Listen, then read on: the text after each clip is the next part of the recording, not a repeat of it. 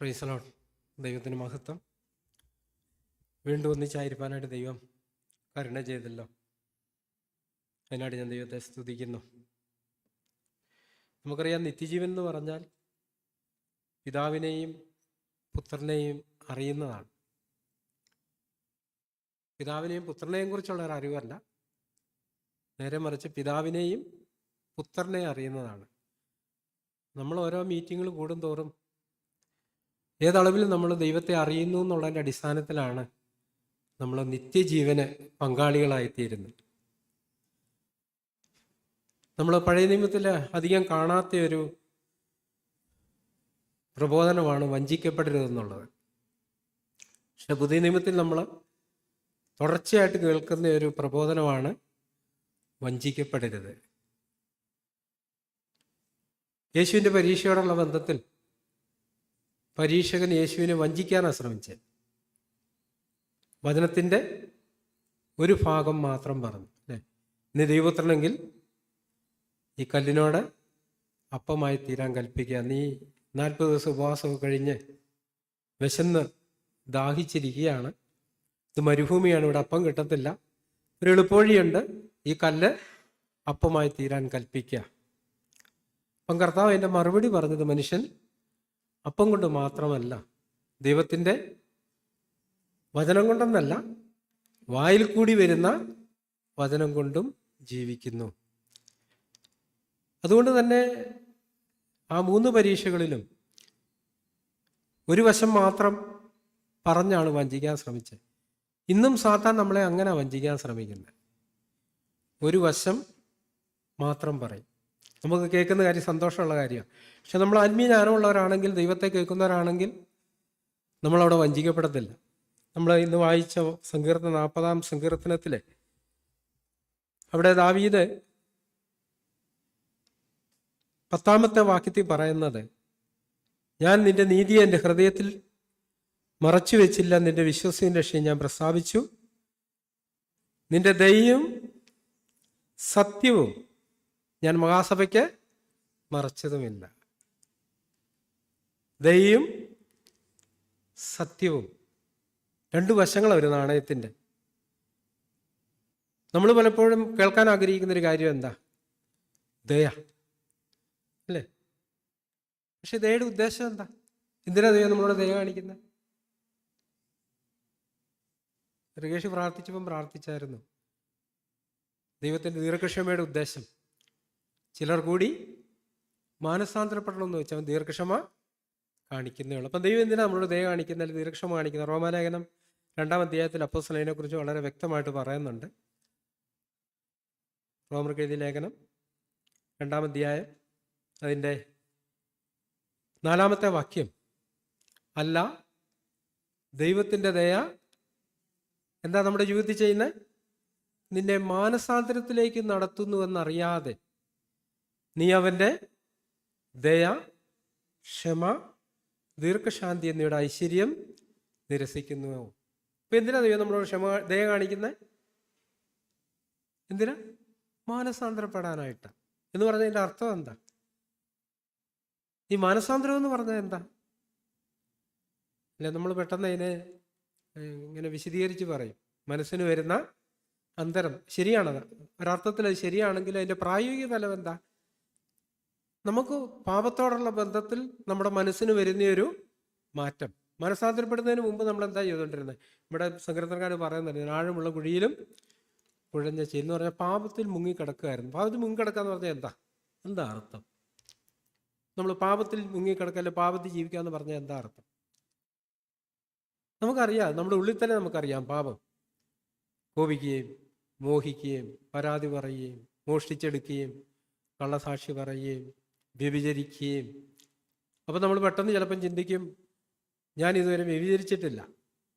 പഴയ നിയമത്തിൽ വ്യഭിചാരം എന്ന് പറഞ്ഞാൽ നമുക്കറിയാം, ഒരാശ്ചര്യമായ പ്രവൃത്തിയായിരുന്നു. ഒരു പുരുഷനും സ്ത്രീയും തെറ്റായ രീതിയിൽ ശാരീരിക ബന്ധത്തിൽ ഏർപ്പെടുന്നതിനാണ് വ്യഭിചാരം എന്ന് പറയുന്നത്.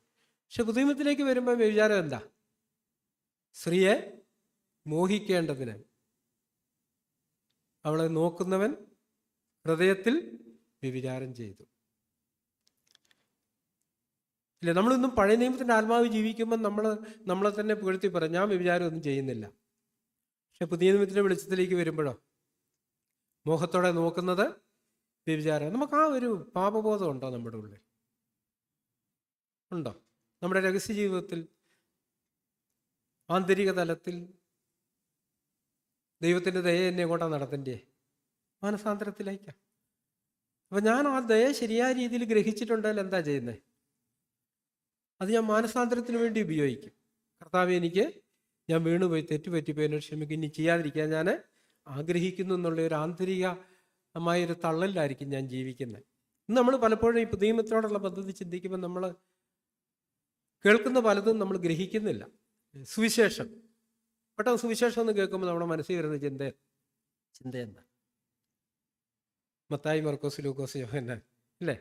യേശു ക്രിസ്തുവിൻ്റെ സുവിശേഷം. പക്ഷെ അപ്പോസ്തലൻ സുവിശേഷം എന്ന് എന്തിനെക്കുറിച്ചാണ് പറയുന്നത്? 2 തീമോഥെയോസിലെ അപ്പോസ്തലൻ പൗലോസ് എഴുതുമ്പം ഇങ്ങനെ താൻ എഴുതിയിരിക്കുന്നത്, എന്താണ് സുവിശേഷം എന്നുള്ളത് താൻ അവിടെ പറയുന്നുണ്ട്. 2 തീമോഥെയോസ് 2-ാം അധ്യായത്തിലെ 8-ാം വാക്യം, ദാവീദിൻ്റെ സന്തതിയായി ജനിച്ച് മരിച്ചിട്ട് ഉയർത്തെഴുന്നേറ്റിരിക്കുന്ന യേശു ക്രിസ്തുവിനെ ഓർത്തുകൊള്ളുവീൻ, അതാകുന്നു എൻ്റെ സുവിശേഷം എന്ന് പറഞ്ഞതിൻ്റെ അർത്ഥം എന്താ? ദാവീദിന്റെ സന്തതിയായി ജനിച്ചെന്ന് പറഞ്ഞാൽ 1 തീമോഥെയോസിൽ പറഞ്ഞിട്ടുണ്ടാവും, ജഡത്തിൽ വെളിപ്പെട്ടു, ആത്മാവിൽ നീതീകരിക്കപ്പെട്ടു. നമ്മുടേതുപോലൊരു ജഡത്തിൽ ഈ ലോകത്തിൽ വന്നിട്ട് നമ്മൾ നേരിടുന്ന എല്ലാ പ്രലോഭനങ്ങളെയും നേരിട്ട് ദൈവത്തിൻ്റെ പരിശുദ്ധാത്മാവിൻ്റെ ശക്തി കൊണ്ട് ഒരിക്കലും പാപം ചെയ്യാതെ ജീവിച്ച ആ യേശുവിനെ ഓർക്കണമെന്നുള്ളതാണ് സുവിശേഷം. അപ്പം നമുക്കറിയാം, ദൈവത്തിനെ നമുക്ക് 2 തരത്തിൽ മനസ്സിലാക്കാം. നമ്മുടെ ദേഹിയുടെ തലത്തിൽ നിന്ന് മനസ്സിലാക്കാം, ആത്മാവിൻ്റെ തലത്തിൽ നിന്നും മനസ്സിലാക്കാം. ആത്മാവിൻ്റെ തലത്തിൽ നമ്മൾ ദൈവത്തെ മനസ്സിലാക്കുമ്പോഴാണ് നമ്മുടെ പാപം നമുക്ക് തിരിച്ചറിയാൻ കഴിയത്തുള്ളൂ. പക്ഷെ ദേഹിയുടെ തലത്തിൽ നമ്മൾ ദൈവത്തെ മനസ്സിലാക്കുമ്പോൾ നമ്മുടെ പാപം നമുക്ക് ഗ്രഹിക്കാനായിട്ട് കഴിയത്തില്ല, തിരിച്ചറിയാനായിട്ട് കഴിയത്തില്ല. ഇതിൻ്റെ കാരണം എന്താ? ദേഹി ഒരിക്കലും ആത്മാവിനാലല്ല നയിക്കപ്പെടുന്നത്. പരിശുദ്ധാത്മാവ് ആണ് നമുക്ക് പാപബോധം തരുന്നത്. അപ്പോൾ നമ്മൾ ഈ വചനത്തെ എങ്ങനെ ഗ്രഹിക്കുന്നു എന്നുള്ളതും വളരെ പ്രധാനപ്പെട്ട ഒരു കാര്യമാണ്. അപ്പം മാനസാന്തരത്തെക്കുറിച്ച് അപ്പോസ്തല പ്രവൃത്തിയിൽ അപ്പോസ്തലൻ പ്രസംഗിച്ച് തുടങ്ങുമ്പോൾ ഇങ്ങനെ എഴുതിയിരിക്കുന്ന അപ്പോസ്തല പ്രവൃത്തി 3-ാം അധ്യായത്തിൽ അതിൻ്റെ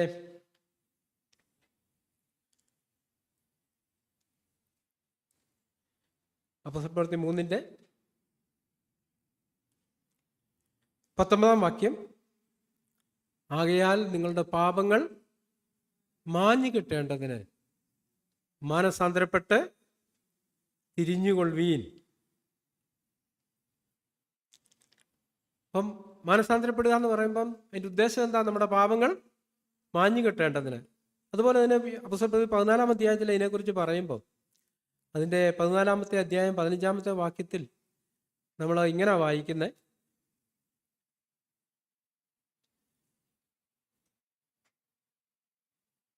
നിങ്ങൾ ഈ ചെയ്യുന്നത് എന്ത്? ഞങ്ങൾ നിങ്ങളുടെ സമസ്വഭാവമുള്ള മനുഷ്യരത്ര നിങ്ങൾ ഈ വ്യർത്ഥ കാര്യങ്ങളെ വിട്ട് ആകാശവും ഭൂമിയും സമുദ്രവും അതിനുള്ള സകലവും ഉണ്ടാക്കിയ ജീവനുള്ള ദൈവത്തിങ്കിലേക്ക് തിരിയണമെന്നുള്ള സുവിശേഷം. 3-ാം അധ്യായം നമ്മൾ വായിച്ചത് മാനസാന്തരപ്പെട്ട് തിരിയാനാ. ഇവിടെ കുറച്ചുകൂടെ വ്യക്തമായിട്ട് പറഞ്ഞു എങ്ങോട്ടാ തിരിയേണ്ടിയേ? ദൈവത്തിങ്കിലേക്ക് തിരിയണം എന്ന് പറഞ്ഞതിൻ്റെ അർത്ഥം എന്താ? നമ്മൾ ദൈവത്തിങ്കിലേക്ക് തിരിയുക എന്ന് പറഞ്ഞു. മാനസാന്തരപ്പെടുക എന്ന് പറഞ്ഞാൽ നമ്മൾ ഇതുവരെ നടന്ന വഴികളെക്കുറിച്ച് ഓർത്ത് അനുദപിച്ച് ദുഃഖിച്ചേറ്റ് പറഞ്ഞ് ഉപേക്ഷിച്ച് എന്ന് പറഞ്ഞ് നമ്മൾ നടന്നിരുന്നത് എങ്ങനെയായിരുന്നു? മുമ്പേ നാം എല്ലാവരും നമ്മുടെ എഫീസിയർ 2-ാം അധ്യായം ജഡമോഹങ്ങളിൽ എന്ന് പറഞ്ഞ് നമ്മുടെ സ്വാഭാവിക അല്ല നമ്മുടെ സോളിഷ് ലെവലിൽ നമ്മൾ നടന്നുകൊണ്ടിരുന്നത്, ജഡത്തിൻ്റെ തലത്തിൽ. അതിനെക്കുറിച്ച് നമ്മൾ മാനസാന്തരപ്പെടുന്നത്. മാനസാന്തരപ്പെട്ട് നമ്മൾ എന്ത് ചെയ്യണം? ദൈവത്തിങ്കിലേക്ക് തിരിയാന്ന് പറഞ്ഞാൽ എന്താ അർത്ഥം? ലളിതമായിട്ട് പറഞ്ഞാൽ ആത്മാവിലേക്ക് തിരിയുക എന്നുള്ളതാണ്. ഇതുവരെ നമ്മൾ സ്വയമായിട്ട് നടന്നു, ഇനിയും നമ്മളെങ്ങനെ നടക്കാൻ പോകുന്നത്? ദൈവത്തിങ്കിലേക്ക് തിരിഞ്ഞ് ദൈവത്തിൻ്റെ പിന്നാലെ നടക്കുന്നു. അപ്പോൾ ഈ ദൈവത്തിങ്കിലേക്ക് തിരിയുക എന്നുള്ളതാണ് യഥാർത്ഥ സുവിശേഷം. കർത്താവ് എന്താ പഠിപ്പിച്ചൊരു കാര്യം? മർക്കോസ് നമ്മളിങ്ങനെ വായിക്കുന്ന, കാലം തികഞ്ഞു, ദൈവരാജ്യം സമീപിച്ചിരിക്കുന്നു, ആകയാൽ മാനസാന്തരപ്പെട്ട് എന്ത് ചെയ്യണം? സുവിശേഷത്തിൽ വിശ്വസിക്കണം. എന്താ സുവിശേഷം?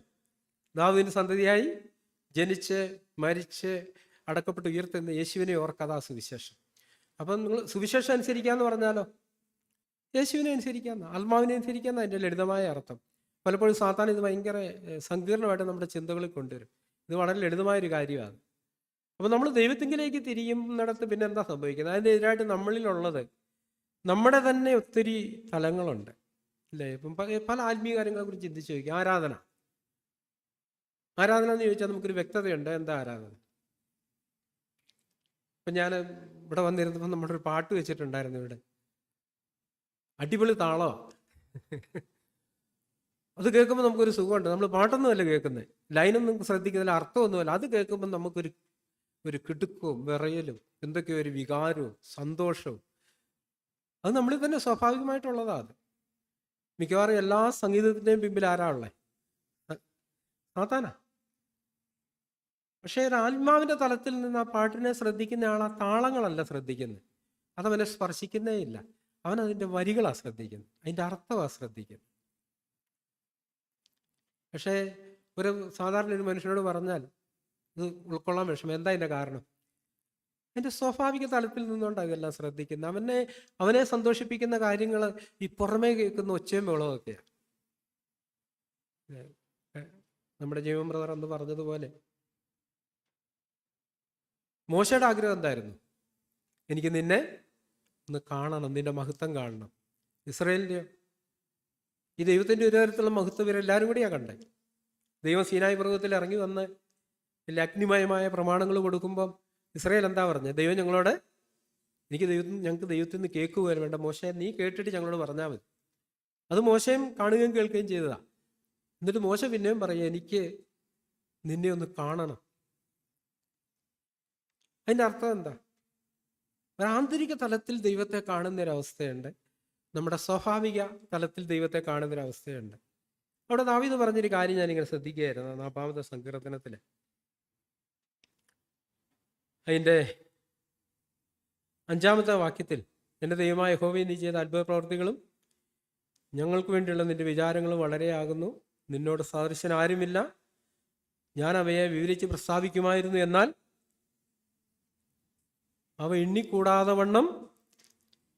ഇപ്പം നമ്മളോട് പറയാം, സഹോദരൻ്റെ ജീവിതത്തിൽ ദൈവം ചെയ്ത പ്രവൃത്തികളൊന്ന് വിവരിച്ച് പറഞ്ഞ് നമ്മൾ എത്ര നേരം പറയും? 1 മിനിറ്റ് കൊണ്ട് തീർന്നു. വിവരിച്ച് പറയാൻ നമ്മുടെ ഉള്ളിലില്ല. പക്ഷെ നമ്മളും ഈ വാക്യമൊക്കെ വായിക്കുമ്പോൾ നമ്മളെന്താ ചിന്തിച്ചത്? ദാവീദ് പറയുന്നത് ഞാൻ അവയെ വിവരിച്ച് പ്രസ്താവിക്കുമായിരുന്നു. പക്ഷെ ദാവീദ് അനുഭവത്തിൽ നിന്നാ പറയുന്നത്. തൻ്റെ ജനനം മുതൽ ഈ എഴുതുന്ന സമയം വരെ അവനോട് പറയാൻ പറഞ്ഞാൽ അവന് ഒത്തിരി കാര്യങ്ങളുണ്ട്. ദൈവത്തെ കണ്ടുമുട്ടിയതും ദൈവത്തെ അറിഞ്ഞതും പല മരണത്തെയും ദൈവം തന്നെ വിടുവിച്ചതും തന്നെ നടത്തിയതും സംരക്ഷിച്ചതും, ഇങ്ങനെ ഒത്തിരി കാര്യങ്ങൾ പറയാനുണ്ട്. പക്ഷെ നമ്മളിത് പറയുമ്പോൾ അതിൻ്റെ ബാഹ്യതലത്തിലാണ് നിൽക്കുന്നത്. നമ്മളിതൊക്കെ പറയുകയും പാടുകയൊക്കെ ചെയ്യുമെങ്കിലും എന്താ ദൈവം നിങ്ങൾക്ക് വേണ്ടി ചെയ്തതെന്ന് ചോദിച്ചാൽ നമുക്കധികം ഒന്നും പറയാനില്ല എന്നുള്ള കാര്യം സത്യം. അതിൻ്റെ കാരണം എന്താ? നമ്മൾ ഇതുവരെ ആത്മാവിൻ്റെ തലത്തിൽ ദൈവത്തെ കണ്ടുമുട്ടിയിട്ടില്ല. ഈ ആത്മാവിൻ്റെ തലത്തിൽ കണ്ടുമുട്ടിയ ആളെ സംബന്ധിച്ചിടത്തോളം ഈ ദൈവിക സത്യങ്ങൾ, ദൈവിക പ്രവൃത്തികൾ സമാന കൂടാരത്തിൽ സൂക്ഷിച്ചു വെച്ച മന്നെ പോലായിരുന്നു. ആ മന്നയുടെ പ്രത്യേകം നമുക്കറിയാം. മന്നയോടുള്ള ബന്ധത്തിൽ അറിയാം. ദൈവം അവർക്ക് മന്ന കൊടുത്തു. അവരോട് പറഞ്ഞ അന്നത്തേക്ക് വേണ്ടത് മാത്രമേ നിങ്ങൾ ശേഖരിക്കാവുള്ളൂ, നാളത്തേനെ ശേഷിപ്പിക്കരുത്. ചിലർ എന്നിട്ട് കുറേ പെറുക്കിയിട്ട് എന്ത് ചെയ്തു? നാളത്തേന് ശേഷിപ്പിച്ചു. അതെന്ത് സംഭവിച്ചാൽ നമ്മൾ വായിക്കുന്നത്? ചീഞ്ഞ് നാറിപ്പോയി. പക്ഷേ സമാന കൂടാരത്തിൽ സൂക്ഷിച്ചു വെക്കാൻ പറഞ്ഞ മന്നയുണ്ട്, അതെന്ത് ചെയ്തില്ല? അത് ഫ്രഷായിരുന്നു, ചീഞ്ഞില്ല. എന്ന് പറഞ്ഞതുപോലെ ആത്മാവിൻ്റെ തലത്തിൽ നമ്മൾ ദൈവത്തെ അറിഞ്ഞു കഴിഞ്ഞാൽ അതിനെപ്പോഴും ഒരു ഫ്രഷ്നെസ് ഉണ്ട്, പുതുക്കമുണ്ട്. ഇപ്പം നമ്മൾ വെളിപ്പാട് പുസ്തകത്തിൽ പുതിയ പാട്ടിനെ കുറിച്ച് കേൾക്കുന്നുണ്ട്. എന്താ?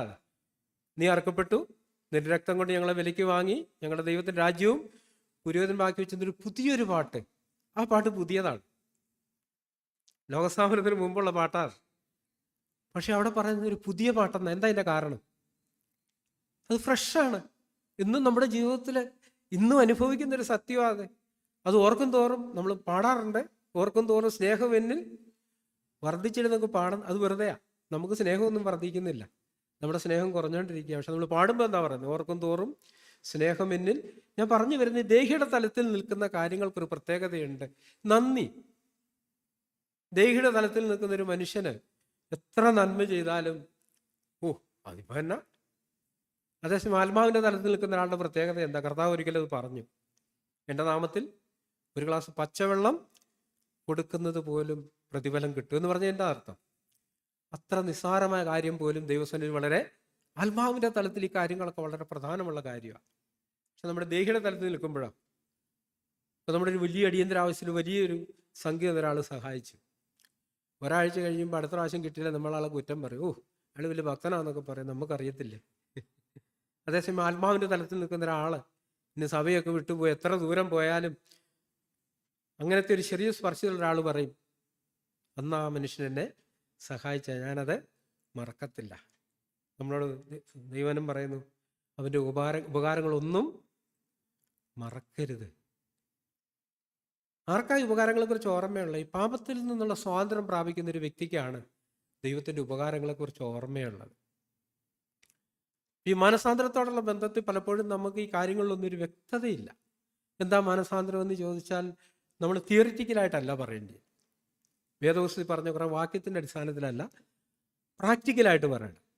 മാനസാന്തരം എന്ന് പറഞ്ഞ എൻ്റെ അനുഭവത്തിൽ ഇതാണ്. വേറെ തെസ്സലോനിക്കർ നമ്മളിങ്ങനെ വായിക്കുന്നു, വിഗ്രഹങ്ങളെ വിട്ട് ദൈവത്തിങ്കിലേക്ക് തിരിയുന്നതാ മാനസാന്തരം. അന്നേരം പെട്ടെന്ന് നമ്മുടെ മനസ്സിൽ ചിന്ത വരും, ഇപ്പം പ്രത്യേകിച്ച് പെന്തക്കോസ്ത് ബ്രദറും ബാക്ക്ഗ്രൗണ്ടിലുള്ളവരെ ഈ വിഗ്രഹാരാധന ഇല്ലായിരുന്നു അവരുടെ ഇടയിൽ. അവർ തരത്തിലുള്ള വിഗ്രഹവും പ്രോത്സാഹിപ്പിക്കത്തില്ല. പക്ഷെ മറ്റേ യാക്കോബയോ കാത്തോലിക്ക് അങ്ങനെയുള്ള സഭകളിലുള്ളവരെ സംബന്ധിച്ചിടത്തോളം ഒന്നുമല്ല, പുണ്യവാന്മാരുടെയെങ്കിലും വിഗ്രഹങ്ങളുണ്ട്, അതിനെ മുത്തുകയും നമസ്കരിച്ചൊരു ഓർമ്മയുണ്ട്. അതുകൊണ്ട് തന്നെ അങ്ങനെ വായിക്കേണ്ട ഒരാൾ പെട്ടെന്ന് ചിന്തിക്കും, ഞാനൊരു വിഗ്രഹാരാധിയല്ല. പക്ഷെ പുതിയമത്തെ വിഗ്രഹാരാധന എന്താ? ധനമോഹത്തെക്കുറിച്ച് പറയുമ്പം അത്യാഗ്രഹിയായ ദൈവീയാഗ്രഹി ഇവർക്കാർക്കും ദൈവത്തിൻ്റെയും ക്രിസ്തുവിൻ്റെ രാജ്യത്തിൽ പ്രവേശനമില്ല. ആ സത്യം ഇപ്പം നമ്മളന്നേരം എന്താ ചിന്തിക്കുക, നമുക്ക് ദൈവീയാഗ്രഹം ഉണ്ടോ? ഈ സത്യങ്ങളൊക്കെ നമ്മൾ കേൾക്കുന്നുണ്ടെങ്കിലും ഇത് നമ്മൾ ഗ്രഹിക്കുന്നില്ല, ഉൾക്കൊള്ളുന്നില്ല. അതുകൊണ്ട് തന്നെ നമ്മുടെ ജീവിതത്തിനൊരു രൂപാന്തരം വരുന്നില്ല. ഒരു യഥാർത്ഥ മാനസാന്തരപ്പെട്ടൊരു വ്യക്തി പാപമായുള്ള ബന്ധത്തിൽ ആണ് തിരിച്ചറിയാനായിട്ട് തുടങ്ങുന്നത്. ഇന്നലെ വരെ പാപത്തിൽ ജീവിച്ച ഒരാൾ രക്ഷിക്കപ്പെട്ട് തിരിഞ്ഞതിന് ശേഷം എൻ്റെ പ്രധാനപ്പെട്ട ലക്ഷണം എന്താണെന്ന് ഞാൻ പറയാം. റോമാലേഖനത്തിൽ അതിനെക്കുറിച്ച് പരിശ്രമം രേഖപ്പെടുത്തിയിട്ടുണ്ട് 6-ാം അധ്യായത്തിൽ. ഒരു യഥാർത്ഥ മാനസാന്തരപ്പെട്ട ഒരു വ്യക്തിയുടെ അനുഭവം എന്താണെന്നുള്ളതിനെക്കുറിച്ച് പറഞ്ഞിട്ടുണ്ട്. 6-ാം അധ്യായം 20-ാം വാക്യം, നിങ്ങൾ പാപത്തിന് ദാസന്മാരായിരുന്നപ്പോൾ നീതിയെ സംബന്ധിച്ച് സ്വതന്ത്രരായിരുന്നുവല്ലോ. നിങ്ങൾക്ക് അന്ന് എന്തൊരു ഫലമുണ്ടായിരുന്നു? ഇപ്പോൾ ലജ്ജ തോന്നുന്നത് തന്നെ. എന്ന് പറഞ്ഞാൽ തിരിഞ്ഞു നോക്കുമ്പോൾ നമുക്ക് ഏതെങ്കിലും കാര്യങ്ങളെക്കുറിച്ച് ലജ്ജ തോന്നുന്നുണ്ടെങ്കിൽ നമ്മൾ മാനസാന്തരപ്പെട്ടവരാ. ഇല്ലെങ്കിലോ? ഒരിക്കലും മീറ്റിംഗിൽ ഇരിക്കുമ്പോൾ ഒരു ഉപദേശിയുടെ സാക്ഷി ഞാനിങ്ങനെ കേട്ടുകൊണ്ടിരിക്കുകയായിരുന്നു. അപ്പം പുള്ളി ഇങ്ങനെ ഭയങ്കര എന്താ നമ്മളെ പെന്തക്കോസ്ത് ഭാഷയിൽ പറഞ്ഞ ആത്മാവിൻ്റെ നിറവിൽ നിന്നാണ് സംസാരിക്കുന്നത്. അപ്പം പുള്ളി ഇങ്ങനെ വിവരിക്കുകയാണ്, അവരേതോ ഒരു പ്രത്യേക സംഘടനയിൽപ്പെട്ട ഹൈന്ദവ സംഘടനയിൽപ്പെട്ടവരായിരുന്നു. അന്ന് ഞാനിങ്ങനെ ഓരോരുത്തരെ തലമുടിക്ക് പിടിച്ചിങ്ങനെ പള്ളെ കത്തി കയറ്റി കൊന്നിട്ടുണ്ടെന്ന്. അത് മാനസാന്തരപ്പെട്ട ഒരാളുടെ ലക്ഷണമല്ല. മാനസാന്തരപ്പെട്ട ഒരാൾ എന്താ ചെയ്യുന്നത്? അത് പറയാൻ പോലും ലജ്ജിക്കും.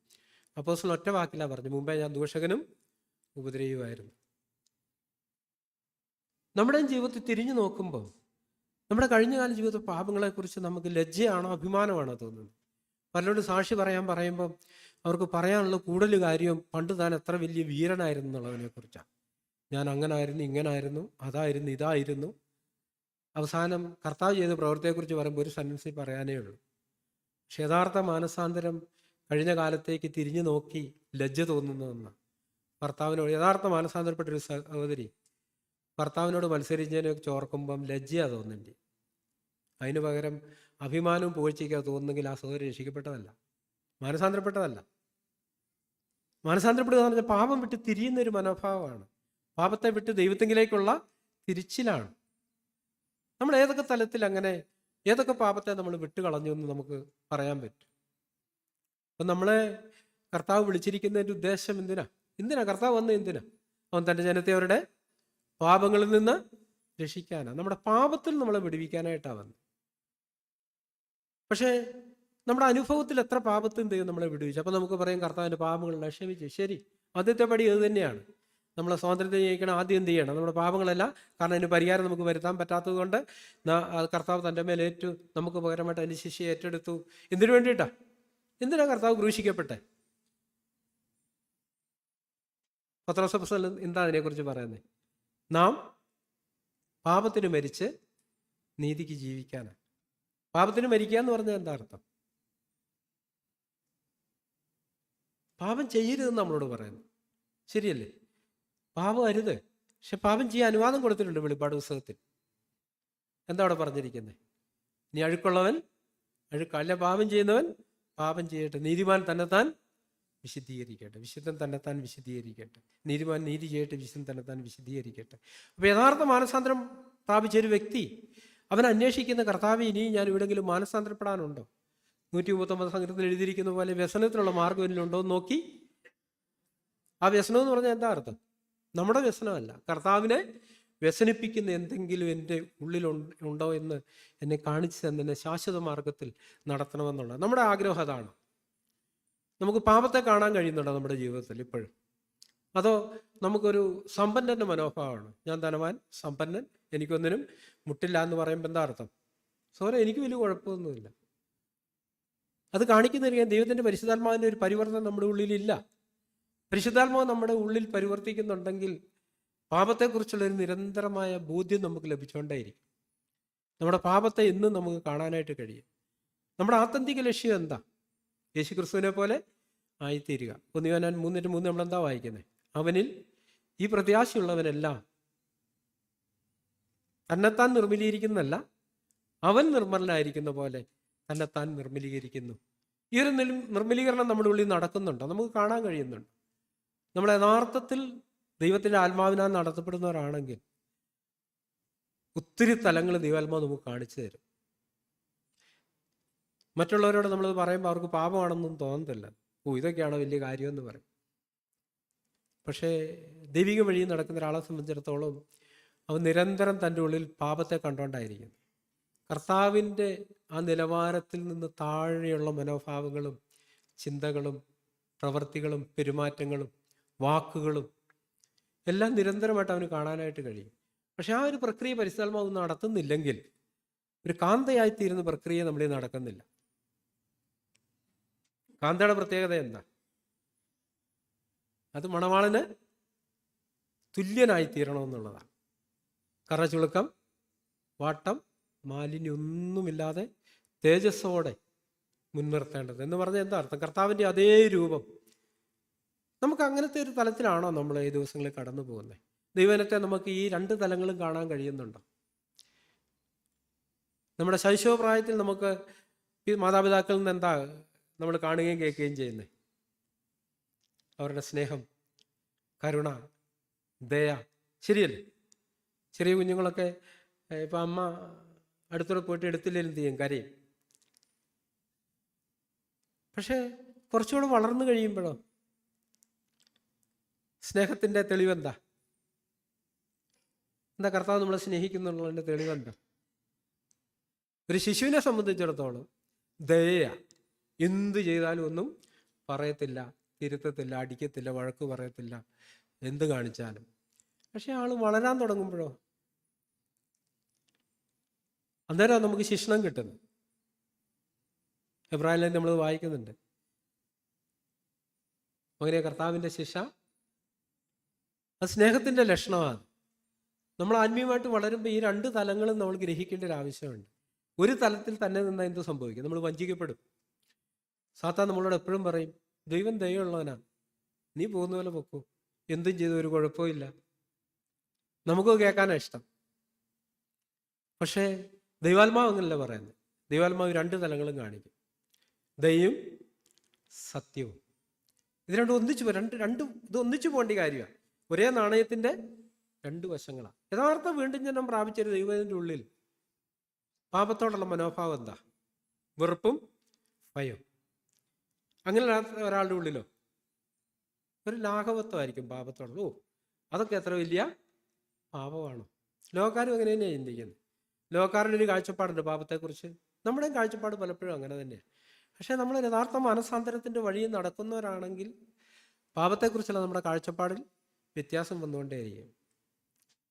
ഇപ്പം ചിലപ്പോൾ രണ്ടെണ്ണം കൊടുത്ത് ചില സമയത്ത് ഒരാൾക്ക് രണ്ട് അടിച്ചാൽ അത് പാപമാണെന്ന് തോന്നുന്നു. പക്ഷെ നമ്മൾ ആത്മാവിൻ്റെ ശബ്ദം കേട്ട് ദൈവവഴി നടക്കുന്നവരാണെങ്കിൽ ഒരാളെ വാക്കുകൊണ്ട് മുറിപ്പെടുത്തിയാൽ നമ്മുടെ സമാധാനം സ്വസ്ഥത നഷ്ടപ്പെടും.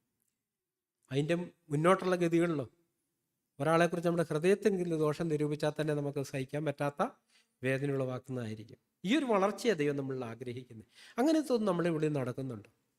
ഈ ശുദ്ധീകരണം നടക്കുന്ന അളവിലാണ് സ്നേഹം നമ്മുടെ ഹൃദയത്തിൽ വർദ്ധിച്ചു വരുന്നത്. അത് പ്രാഥമികമായിട്ട് കുടുംബങ്ങളിലാണ് നടക്കുന്നത്. രണ്ടാമതായിട്ട് സഭയിലാണ് നടക്കുന്നത്.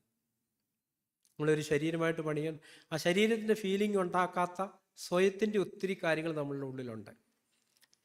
അതുകൊണ്ടാണ് ഇപ്പം നമ്മൾ സ്നേഹിക്കണമെന്നൊക്കെ പറഞ്ഞാലും എന്താ നമുക്കങ്ങനെ വലിയ സ്നേഹമൊന്നും തോന്നാത്തേ? എന്താ ഇല്ലേ? നമുക്കറിയാം, സ്നേഹത്തെക്കുറിച്ച് പറയുമ്പോൾ ചെറിയ ചിന്ത ഞാൻ പറയാം. കുറച്ചു നേരം വിട്ടു തന്നിട്ട് ഒരു ചെറിയ കുഞ്ഞിനെ ഇട്ടിട്ട് പോയിട്ട് അമ്മ തിരിച്ചു വരുമ്പം ആ കുഞ്ഞെങ്ങനെ അമ്മയെ സ്വീകരിക്കുന്നത്? കെട്ടിപ്പിടിച്ച് അല്ലേ? ഒരു ഉമ്മയൊന്നുമല്ല കൊടുക്കുന്നു, പൂക്ക് ചുംബിക്കുന്ന കാണാം. കുറച്ചു നേരം വിട്ടു തന്നത് സഹിക്കാൻ പറ്റത്തില്ലായിരുന്നു. അതിൻ്റെ സ്നേഹം തിരിച്ചു കൊടുക്കുക. ആന്തരികമായിട്ട് ആത്മാവിൽ നമ്മുടെ സഹോദരന്മാരുള്ള ബന്ധത്തിൽ നമ്മൾ ചിന്തിച്ചു കഴിഞ്ഞ് നമ്മളെ മുഖം ചിന്തിക്കുമ്പം ഇങ്ങോട്ട് തിരിയാനാണോ തോന്നുന്നത്, അതോ ഒരു ചുംബനം കൊടുക്കാനാണോ തോന്നുന്നത്? 1-ാം നൂറ്റാണ്ടിലെ സ്നേഹചുംബനത്താൽ അന്യോന്യം വന്ദനം നാം എഴുതിയിരിക്കുന്നത്. ഇനി പുറമേ ചെയ്തില്ലെപ്പോലും നമ്മുടെ ഉള്ളിൽ അങ്ങനത്തെ ഒരു ആഗ്രഹമുണ്ട്. സഹോദരന്മാരെ, ഈ മാനസാന്തരം എന്ന് പറയുന്നത് ഒരിക്കലായിട്ട് സംഭവിക്കുന്ന ഒരു കാര്യമല്ല. അത് നമ്മുടെ പണിയിൽ ഒരു കല്ല, അത് ഇന്നും അവിടെ വേണ്ടിയതാണ്. നമ്മൾ വീണ്ടും വീണ്ടും വീണ്ടും വീണ്ടും ആ മാനസാന്തരം എപ്പോഴാണ് അവസാനിക്കുന്നത്? കർത്താവ് വരുമ്പോൾ അല്ല നമ്മുടെ മരണം. നമ്മൾ കർത്താവിൻ്റെ വരവിരിക്കുകയാണെങ്കിൽ അന്ന് വരെ നമുക്ക് മാനസാന്തരപ്പെടാനായിട്ടുണ്ട്. കാരണം എന്താ? നമ്മുടെ ഉള്ളിൽ നമ്മുടെ കർത്താവിന് അനുരൂപമല്ലാത്ത ചിന്തയുണ്ട്. പക്ഷേ പലപ്പോഴും നമ്മൾ പ്രാർത്ഥിക്കും, കർത്താവേ, കാരണം വൈകുന്നേരം നമ്മൾ പ്രാർത്ഥിക്കും, ഇന്ന് എൻ്റെ ജീവിതത്തിലെ ചിന്തയിലെ വാക്കിലെ പ്രവൃത്തിയിലെ നിരൂപണങ്ങളിലെ ഒക്കെ വന്ന പാപം ക്ഷമിക്കണമേ. പക്ഷെ നമുക്കൊരു ബോധമില്ല. താനും ബോധമുള്ളവരെന്താ പറയുന്നത്? അങ്ങനല്ല പ്രാർത്ഥിക്കുന്നത്. കർത്താവേ, എൻ്റെ വാക്കിൽ ഇന്നിന്ന തലങ്ങളിൽ വന്ന പാപം എന്നോട് ക്ഷമിക്കണം. അല്ല, എൻ്റെ പ്രവൃത്തിയിൽ, കൊടുക്കൽ വാങ്ങൽ, ഇടപാടുകളിൽ ഞാൻ ഇവിടെയൊക്കെ പാപം ചെയ്ത് കർത്താവേ. പല പാപങ്ങളും നമുക്ക് മറിഞ്ഞിരിക്കുന്ന പഴയ കാലത്ത് അങ്ങനത്തെ ഒരു വ്യവസ്ഥയുണ്ടായിരുന്നു. ഇനി മറിഞ്ഞിരിക്കുന്ന പാപത്തെക്കുറിച്ച് ഒരുതിന് ബോധ്യം വന്നാൽ എന്ത് ചെയ്യണം? അവനൊരു യാഗവസ്തുവായിട്ട് വന്നിട്ട് എന്ത് പറയണം? ഏറ്റു പറയണം, എൻ്റെ കണ്ണിന് ഇത്രയും നാളെ പാപം മറിഞ്ഞിരിക്കുകയായിരുന്നു, ഇപ്പോഴാണ് എനിക്കത് വെളിപ്പെട്ട് വന്നില്ല. ദാവീദിന് പാപം മനസ്സിലായത് എത്ര കാലത്തിന് ശേഷം? എനിക്കൊന്ന് ഏകദേശം 1 വർഷം എടുത്തു. നാഥാം പ്രവാചകൻ വന്ന് പറഞ്ഞപ്പോഴാണ്, ഇല്ല, ഉദാഹരണം പറഞ്ഞപ്പോഴത്തേക്കും ദാവീദ് ആകപ്പാടെ അങ്ങ് എരിവൊക്കെ കയറി, ആ മനുഷ്യൻ മരിക്കണം.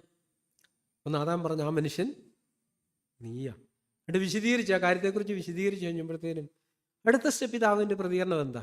അയ്യോ, ഞാൻ പാപം ചെയ്തു. അന്നേരം ദാവീദിന് അത് മനസ്സിലായത്. അതുവരെ അവൻ്റെ കണ്ണിനത് മറിഞ്ഞിരിക്കുകയായിരുന്നു. അപ്പം നമ്മുടെ ജീവിതത്തിൽ പലപ്പോഴും പ്രത്യേകിച്ച് പഴയ നിയമകാലത്തെ ഒരു ചരിത്രം, പുതിയത്തിലേക്ക് വരുമ്പം പരിശുദ്ധാത്മാവ് നമ്മുടെ കണ്ണുകൾ തുറക്കും തോറും നമുക്ക് നമ്മുടെ ദയനീയാവസ്ഥയെ, നമ്മുടെ അരിഷ്ടതയെക്കുറിച്ച് ആ ബോധ്യം വരും. ഇപ്പം ആ ഒരു പ്രക്രിയ മുന്നോട്ട് പോയിക്കൊണ്ടിരിക്കുന്ന ഒന്നാണ്. കർത്താവിൻ്റെ വരവ് വരെ തുടരേണ്ട ഒന്നാണ്. ഇന്ന് പൽക്കാലം ഒന്നിച്ചായിരിക്കുമ്പോൾ നമുക്ക് ഈ സത്യങ്ങളിലേക്ക് നമ്മുടെ ഹൃദയങ്ങളെ വെക്കാം. നമ്മൾ കേട്ട് മറക്കരുത്. എന്തിനാണ് നമ്മളിങ്ങനെ ഒന്നിച്ചുകൂടി ഈ വചനങ്ങൾ കേൾക്കുന്നത്? അത് നമ്മൾ ധ്യാനിക്കണം, ചിന്തിക്കണം. അപ്പം നമ്മൾ ചിന്തിക്കാൻ നമ്മുടെ മനസ്സിൽ ഇട കൊടുക്കുന്നിടത്താണ് ദൈവാത്മാവ് അതിൻ്റെ ആഴങ്ങളിലേക്ക് നമ്മളെ നടത്തുന്നത്. അതുകൊണ്ട് പഴയ നിയമകാലത്ത് ഞാൻ കഴിക്കുന്ന വസ്തുണ്ടാകേണ്ട ഒരു പ്രധാന അടയാളം അയവിറക്കുന്നതായിരിക്കണം. വേറെ എന്തൊക്കെ ഉണ്ടെങ്കിൽ അയവിറക്കാത്തതാണെങ്കിൽ അതിനെ യാഗം കഴിക്കരുത്. ആത്മീയർത്ഥം എന്താ? കേൾക്കുന്ന വചനങ്ങൾ യാക്കോബ് അപ്പോസ്തലൻ പറഞ്ഞാൽ കേട്ട് മറക്കുന്നവനല്ല, കേട്ട് നമ്മൾ ദൈവാത്മാവ് അതാ നോക്കിക്കൊണ്ടിരിക്കുന്നത്. നമ്മുടെ ചിന്താമണ്ഡലത്തിൽ ദൈവവചനത്തിൽ ഇട കിട്ടുന്നുണ്ടോ എന്നുള്ളതാണ്. നമ്മൾ ഇവിടുന്ന് ഇറങ്ങുന്നതിന് മുമ്പ് തന്നെ ഈ വചനമൊക്കെ മറന്ന് ലോകത്തിലേക്കും ജഡത്തിൻ്റെ കാര്യങ്ങളിലേക്ക് തിരിയുന്നിടത്ത് ദൈവാത്മാവിന് ഒരു പ്രവൃത്തിയും ചെയ്യാനില്ല അവിടെ. ദൈവാത്മാവ് അങ്ങനെയുള്ളൊരു ഹൃദയമുള്ളവരെയാണ് നോക്കിക്കൊണ്ടിരിക്കുന്നത്. കർത്താവ് വരെയാണ് നോക്കിക്കൊണ്ടിരിക്കുന്നത്. എങ്കിൽ ഏകാഗ്ര ചിത്തന്മാരായിരിക്കുന്നവർക്ക് വേണ്ടി തന്നെത്താൻ എന്ന് പറഞ്ഞാൽ എന്താ അർത്ഥം?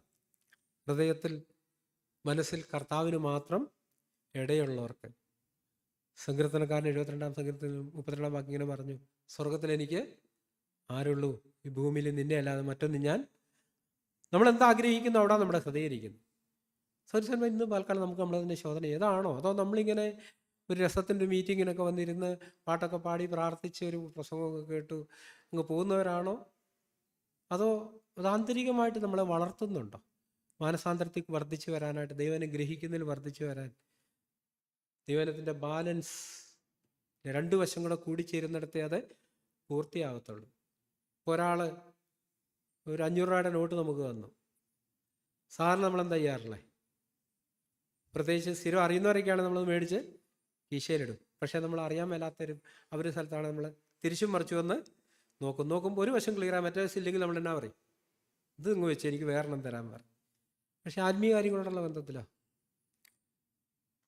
സത്യം ഞാൻ പറയാം, നമ്മളിത് കേൾക്കുന്നുണ്ട്, അന്നേരം ദൂരക്കളയുക ചെയ്യുന്നത്, നമ്മൾ വെക്കുന്നൊന്നുമില്ല. അതൊന്നും നമുക്ക് അറിയേണ്ട ആവശ്യം പോലും ഇല്ല, അറിയാനുള്ള ആഗ്രഹം പോലും ഇല്ല. അങ്ങനെ നമ്മൾ വഞ്ചിക്കപ്പെടും.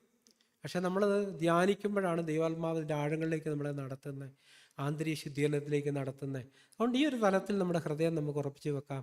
അതിനായിട്ട് കർത്താവ് നമ്മളെ സഹായിക്കട്ടെ. ആമേൻ.